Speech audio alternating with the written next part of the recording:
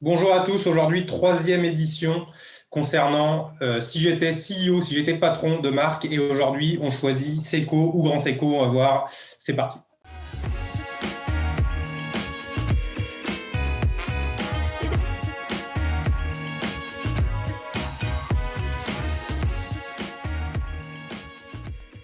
Donc bonjour Vincent, bonjour Meryl, bienvenue.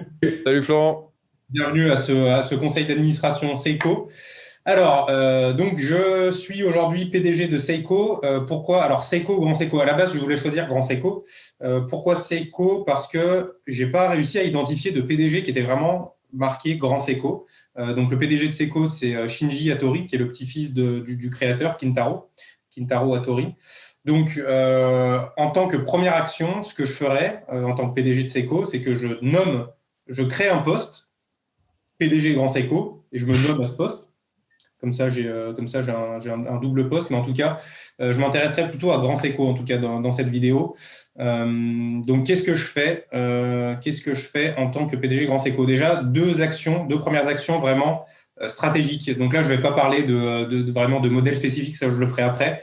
Donc, vraiment, les deux actions stratégiques que je propose, c'est ouvrir des centres de maintenance hors du Japon. Actuellement, les centres de maintenance sont au Japon et je sais que c'est quelque chose qui peut déranger certains potentiels futurs acquéreurs de mon Grand Seiko. Donc ça, c'est un problème, puisque pour faire maintenir ou pour faire réparer une montre Grand Seiko, même si elles sont plutôt fiables, mais bon, il y a besoin quand même de maintenance, ça doit repartir au Japon, même pour refaire polir la montre, ça doit repartir au Japon. Ah ouais. Donc, tu achètes ta montre place Vendôme et après, si tu as besoin de maintenance, tu ne la revois pas pendant au moins 6 mois, quoi. Ouais, alors c'est pas 6 mois, ils disent 4 mois, mais ouais, ça fait quand même 4 mois. Il envoie comment? C'est au niveau d'Audemars Piguet ou quoi, qui renvoie tout en Suisse, quoi, ou Patek. Mais... Ouais, donc après, tu peux, si tu as un horloger qui te dit, moi, je te prends ta Grand Seiko, il te la prend, mais bon, c'est quand même conseillé, surtout sur des mouvements. Surtout que ça reste des montres à pile, quoi. Enfin, tu vois. Quand tu as un peu du IP ou du Spring Drive. Il a pas noté, Florent. Quoi? Meryl a dit ça reste des montres à pile. Putain, bâtard. Je n'avais pas entendu. Je me suis dit, tu sais, il a fait le poker face, genre, non, c'est bon. Ouais, présentation. Mon cerveau a filtré cette remarque. Non, d'ailleurs, il y a une vidéo, on vous la met en description, d'un montage de mouvement Spring Drive. Et donc, vous verrez que Meryl a tort. Vidéo d'une demi-heure d'un montage de Spring Drive. Donc, Florent, qui ne fait aucune édition, ne met rien sur Internet, tu viens de dire à Vincent, tu te démerderas pour trouver la vidéo et la mettre en description. Okay. Non, je vais lui envoyer.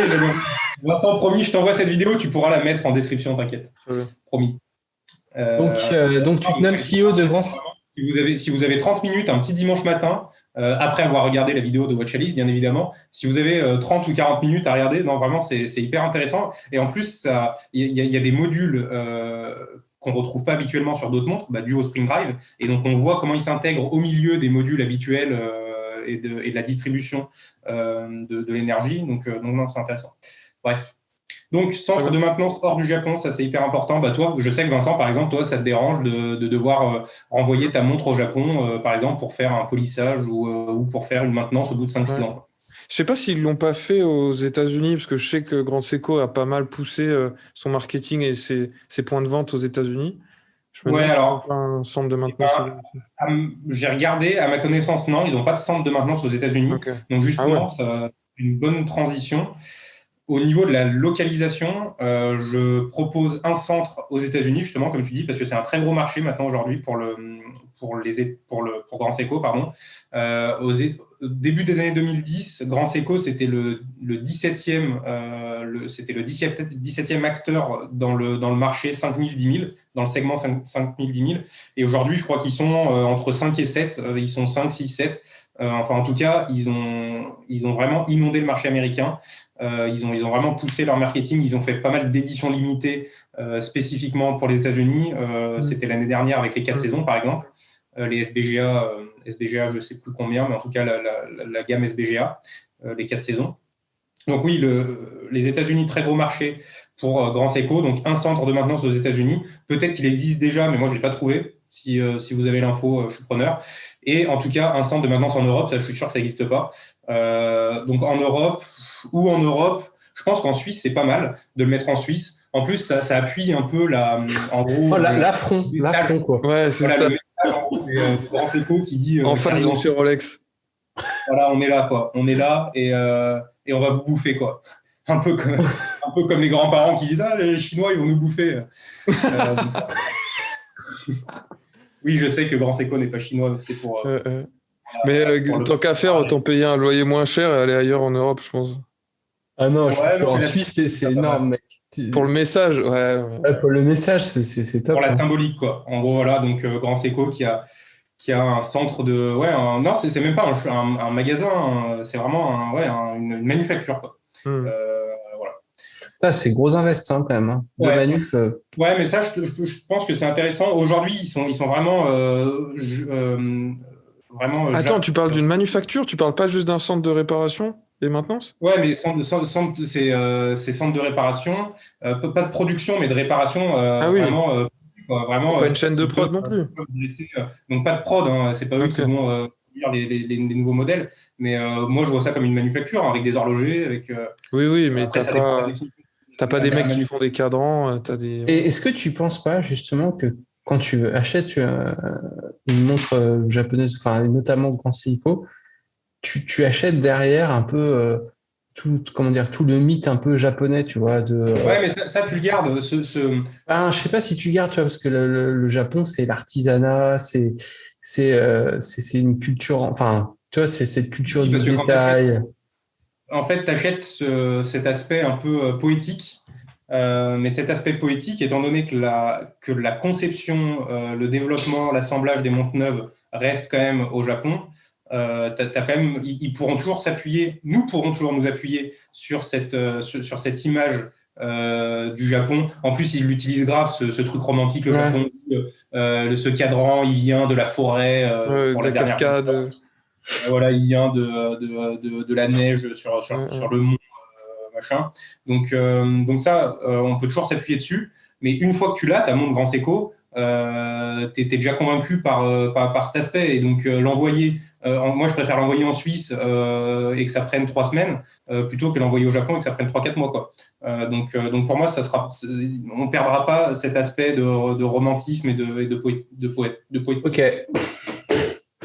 Ok. Donc voilà, des centres de maintenance hors du Japon, ça c'est hyper important parce que c'est une barrière à l'entrée, c'est vraiment une barrière à l'entrée pour certains futurs acheteurs. Deuxième point, des montres globalement sur l'ensemble des collections, donc que ça soit héritage, élégance ou sport, des montres plus fines. En plus, les mouvements, nous avons dépensé des millions d'euros en R&D pour faire des nouveaux mouvements. Les nouveaux mouvements, globalement, sont plus fins. Ils gagnent à chaque fois 1 mm, 1 mm et demi. Pour l'instant, ça ne s'est encore pas trop traduit dans les modèles. Ça commence, par exemple, la nouvelle White Birch, la SLGH 005, elle fait 11,7 mm. Ça reste quand même, à mon sens, un petit peu trop élevé. Il faut gagner absolument 1 mm et je vais pousser les équipes pour atteindre justement entre 10 et 11 et se rapprocher des 10, quoi, au maximum. Joli. Okay, ouais. Est-ce que ça vient pas aussi des boîtes qui sont, enfin, c'est ça, les boîtiers, c'est ça, le travail sur les mouvements, et maintenant il faut travailler sur les boîtiers parce que les boîtiers encaisseront des boîtiers plus fins encaisseront le mouvement puisque le mouvement est plus fin maintenant. Les mouvements sont plus fins. Ouais. Donc le 44GS par exemple, le boîtier 44GS, on lui coupe 1 mm et ça c'est hyper important. Ça aussi, c'est une barrière à l'entrée pour beaucoup de potentiels acquéreurs. Ouais. Est-ce que je sais pas si vous êtes d'accord? Ouais, je pense. Après, je pense que c'est pas si simple, mais ouais, je suis d'accord. Oui, après là, forcément, on balance des idées comme ça. Après, il faut que ça se traduise. Mais on fera des réunions avec mes collègues, ne vous inquiétez pas. Ok, très bien.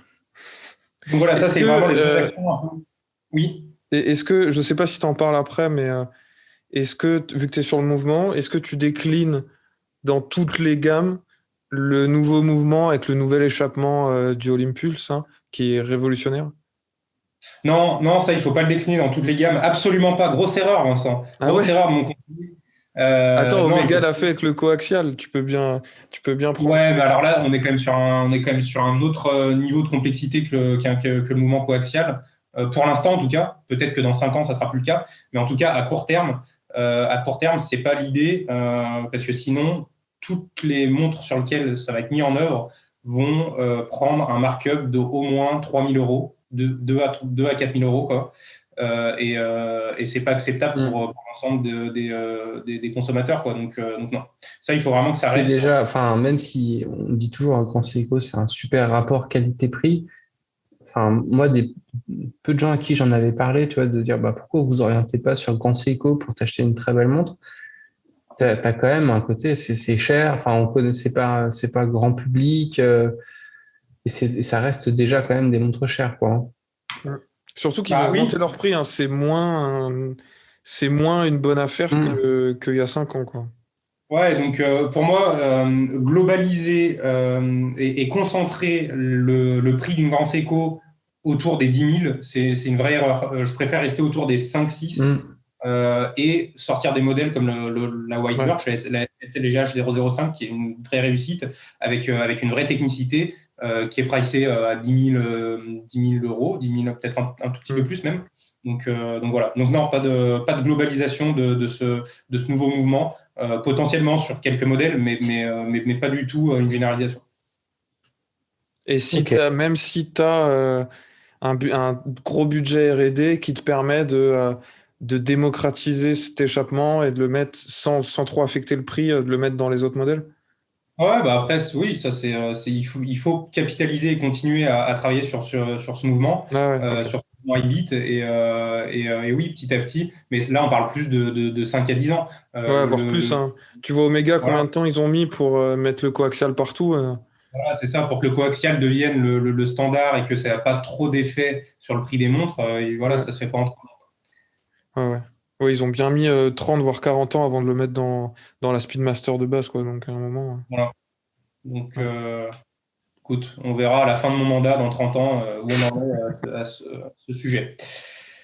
Euh, troisième point, je reprends toute la collection sport. Donc, pour rappel, ouais, on a une collection élégance, une collection héritage et une collection sport chez Grand Seiko. Donc, ce découpage, moi, il me va bien. Mais par contre, au sein de la collection sport, ça commence à changer. La dynamique des SBGN, elle est bonne, celles qui viennent de sortir. Mais il y a beaucoup de montres qui sont trop grosses, qui ont des cadrans qui sont trop fournis et qui sont pas top, à mon sens. Les modèles SBGC, SBGE, ils sont trop grossiers pour moi. C'est pas quelque chose qui me plaît. Donc, en tant que CEO, je reprends la collection sport en essayant petit à petit de ne pas renouveler ces modèles, parce que ça, ce que je vous évoque, c'est des modèles qui ont 2-3 ans déjà, et donc de continuer dans la dynamique SBGN, des SBGN qui viennent de sortir, qui sont un peu plus acceptables et cohérentes en termes d'épaisseur et de diamètre et de cadran, parce que les cadrans, il y en avait dans tous les sens, quoi. Enfin, il y avait des sous-cadrans dans tous les sens, il y avait des montres sport, c'était des plongeuses chrono, enfin, il y avait tout, quoi. Donc des montres énormes, on n'y C'est comprenait rien. fou. Tu veux que je te dise, moi, toute cette collection, elle me fait un peu penser en fait aux Seiko. On a l'impression qu'ils ont pris des Seiko, mais qu'ils les ont un peu upgradés, tu vois ce que je veux dire? En même temps, Ouais, En design. Enfin, c'est tout ça, hein. c'est sûrement ça et ça marche. Tu vois que Seiko dans les plongeuses, ils cartonnent, donc j'ai envie de dire pourquoi changer. Tu vois, Seiko, à un moment tu montes et quand tu montes encore plus, bah tu passes chez Grand Seiko, mais tu gardes un peu cet ADN-là. Moi, ça me choque pas trop, hein. et je peux vous dire, j'ai les chiffres sous les yeux, que ça fait partie de nos plus faibles ventes, ce modèle sport, enfin cette catégorie sport. Donc il faut que ça change, et pour que la catégorie sport soit de nouveau attractive chez Grand Seiko, pour moi il faut faire ce move-là. Reste après Seiko, oui. Est-ce que Seiko va trop haut en gamme et ne devrait pas aller au-delà de 2000 ou au-delà de 1005 peut-être. Ça, on le verra avec le board la semaine prochaine. Mardi en Et 8. Ok, donc voilà, pour moi, il y a une reprise à faire sur la collection sport. Ça veut pas dire, ça veut pas dire tout foutre en l'air, mais en tout cas continuer dans l'esprit qui a été initié cette année avec les SBGN. Voilà, pour conclure. Un autre point, je déploie le micro-ajustement au maximum sur les montres, sur le plus de modèles possible, en regardant aussi l'impact que ça a au niveau prix. Mais pour moi, c'est un gros manque sur la gamme 5005, 6000, 6500 euros. Le micro-ajustement est vraiment une grosse lacune par rapport à leurs concurrents chez Rolex notamment. Donc, Toi, tu l'as pas le tien. Enfin, sur la tienne, t'as pas de micro-ajustement. non, sur la Spring Drive, il n'y en a pas. Donc voilà, micro-ajustement. En plus, ils ont un micro-ajustement Grand Seiko. Ah Mais ouais? maintenant, il faut le déployer. Hein, Je savais pas qu'il y en avait un. ouais, ils en ont un. Ok. On met la photo. Ah, super. Donc voilà, micro-ajustement à déployer au maximum. Aujourd'hui, il n'est pas assez présent dans les gammes, en tout cas avec bracelet acier ou titane d'ailleurs, de Grand Seiko. Autre point, les variations. Je crée pas mal de variations de dates, c'est-à-dire qu'il faut sortir des modèles sans date. Aujourd'hui, tous les porte-étendards de Grand Seiko, que ce soit Snowflake, les éditions saison, les GMT, elles ont une date.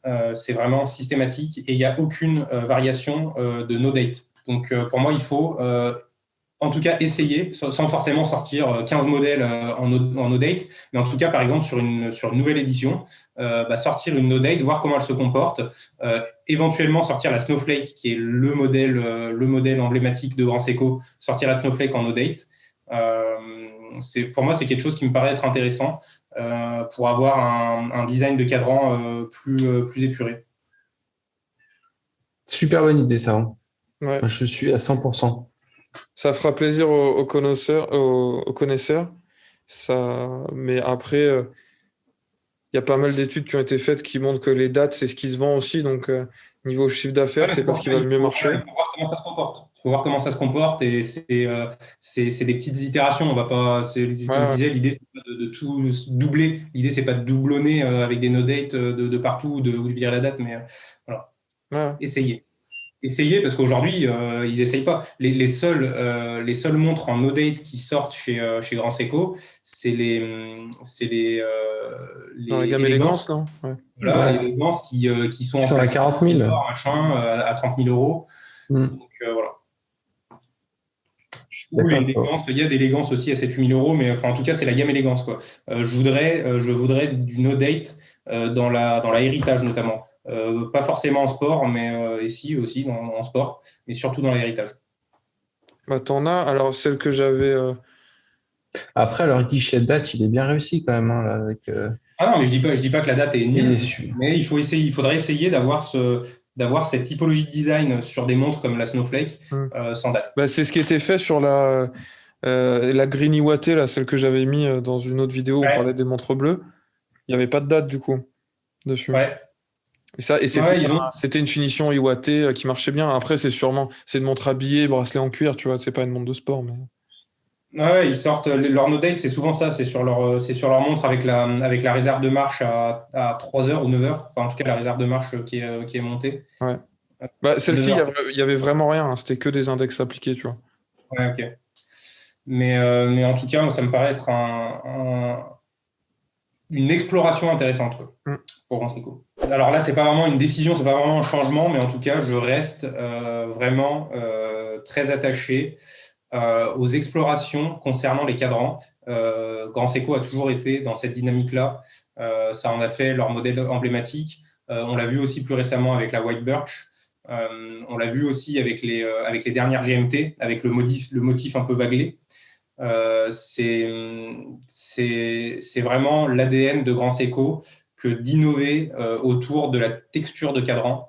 Et là-dessus, il faut vraiment continuer à mettre le paquet sur cet aspect-là, pour moi. Parce que c'est vraiment un élément différenciant. Ouais, c'est sûr. C'est sûr que niveau finition, ils sont vraiment au top. Donc, faut garder ça. Et est-ce que tu fais quelque chose sur les boîtiers? Parce que tu vois, le boîtier, moi je trouve que les boîtiers Seiko, enfin Grand Seiko, pardon, c'est toujours un peu cette même forme.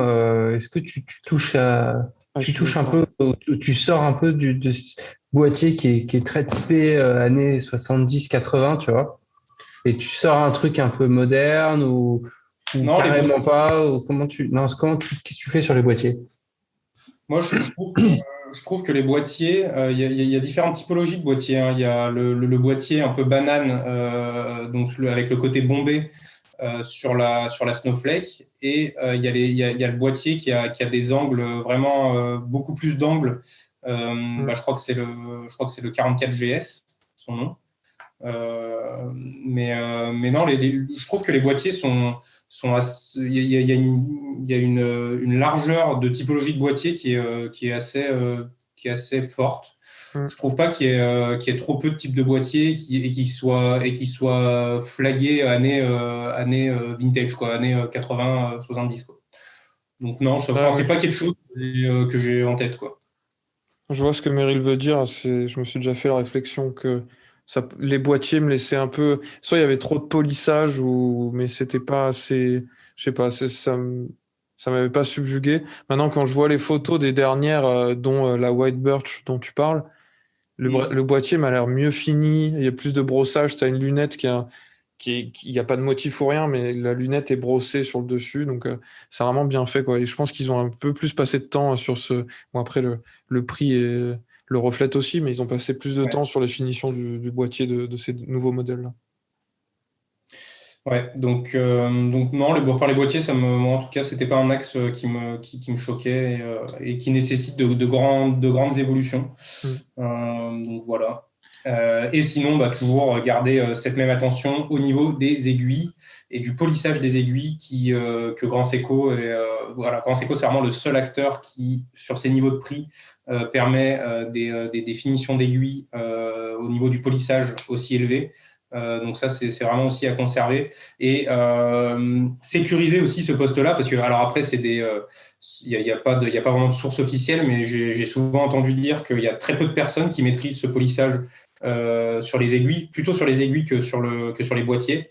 Mais ce fameux polissage Zaratsu qui est maîtrisé par assez peu de personnes chez Grand Seiko.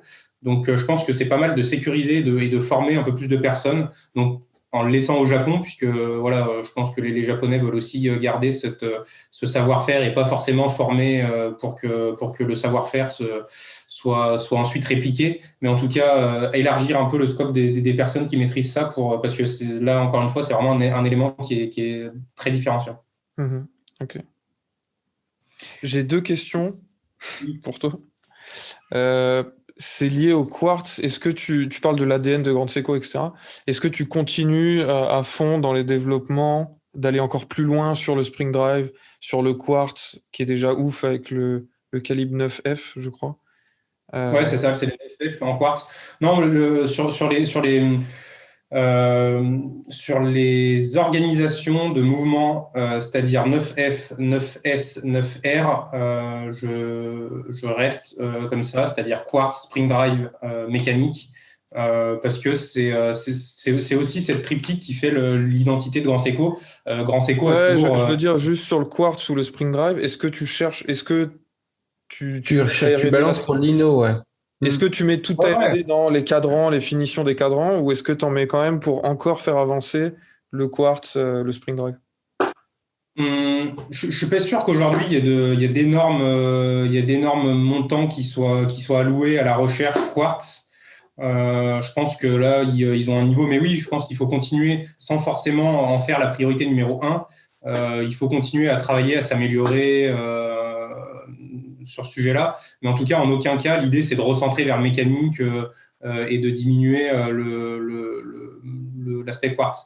Mhm. Grand Seiko propose pas mal de montres quartz à 2000, 2500 euros. Il y a des modèles qui sont vraiment top. Je trouve que c'est bien de garder ça. Ok.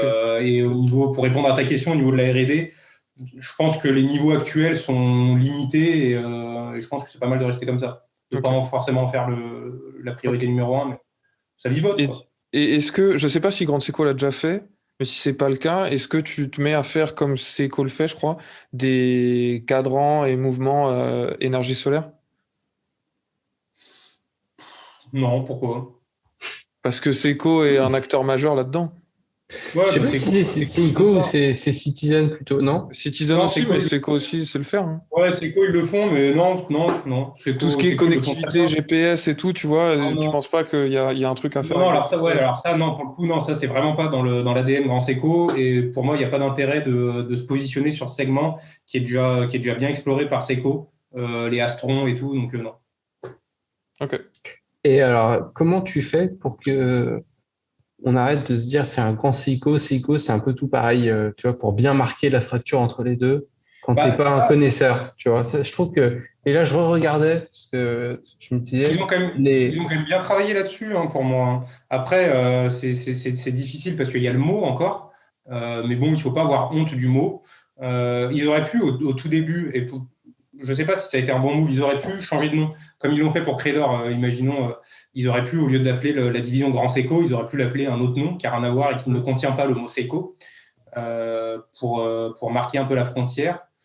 Ils ont décidé de laisser Grand Seco. Pour moi, je trouve ça pas mal. Ouais. Alors oui, après, ça fait que certaines personnes sont rebutées parce que ils s'arrêtent à Seiko. Mais en même temps, ces personnes-là, c'est des personnes qui sont pas allées en profondeur. Et est-ce que c'est le type de client que Grand Seco vise? Je suis pas sûr. Donc pour moi, ça n'a pas trop d'impact.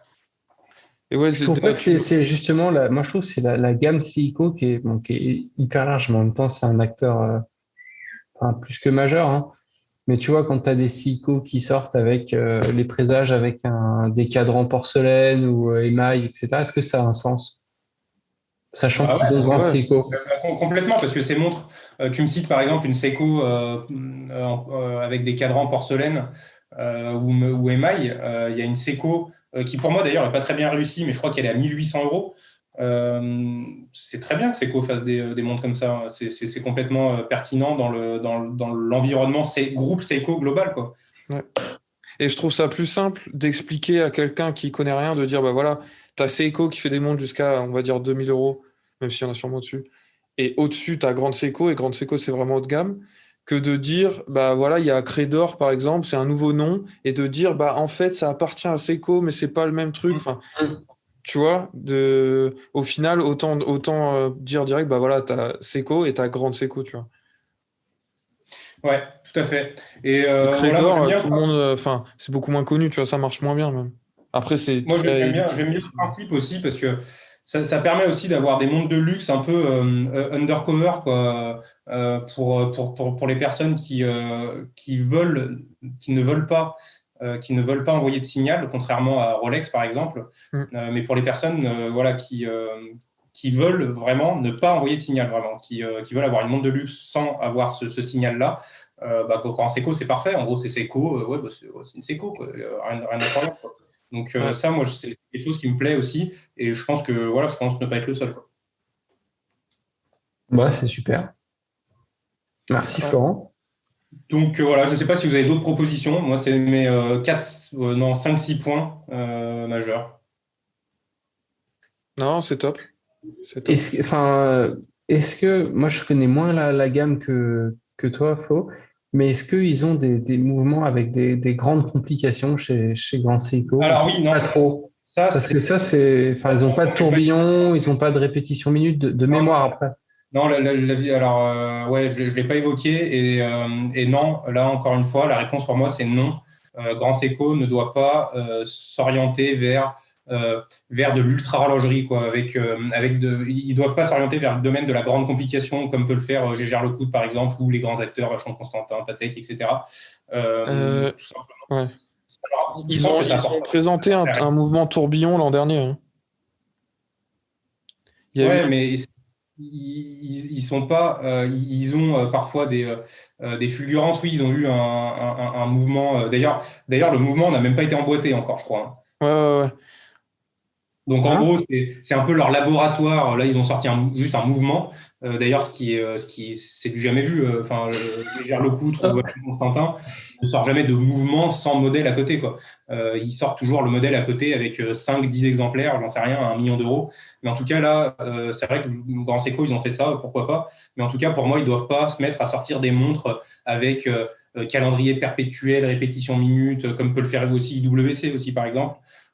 Pour moi, non, il n'y a pas d'intérêt à avoir ça serait une 4e gamme, grande complication. Je sais pas, je trouve pas ça pertinent. Je trouve que, tu vois, pour moi, ça permet, enfin, après c'est personnel, hein, mais ça permet aussi de montrer que la maison d'horlogerie est capable de ça, tu vois, les compétences techniques et tout, et je trouve que ça la met sur un autre plan, et pour le coup, pour te différencier, quand on disait de Seiko tout à l'heure, je trouve que c'est pas mal aussi que tu montres le gap un peu technologique que tu es capable de faire.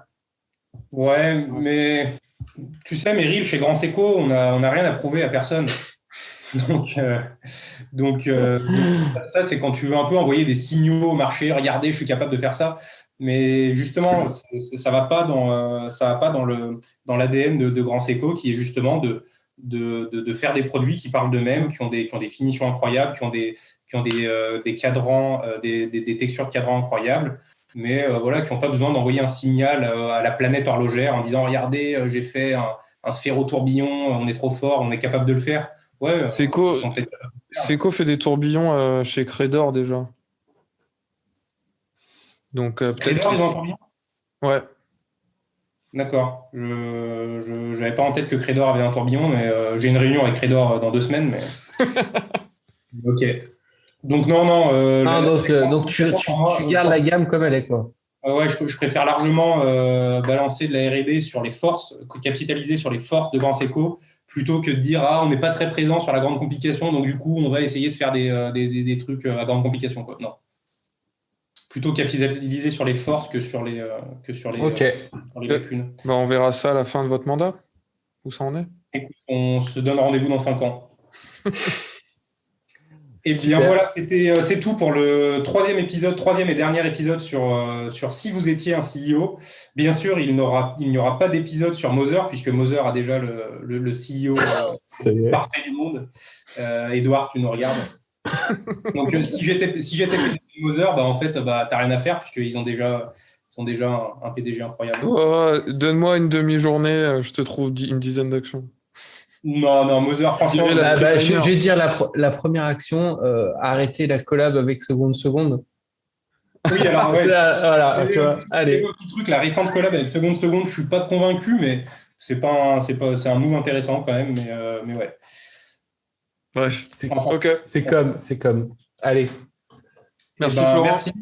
Merci à vous deux et à bientôt. À la prochaine. Ciao. Ciao.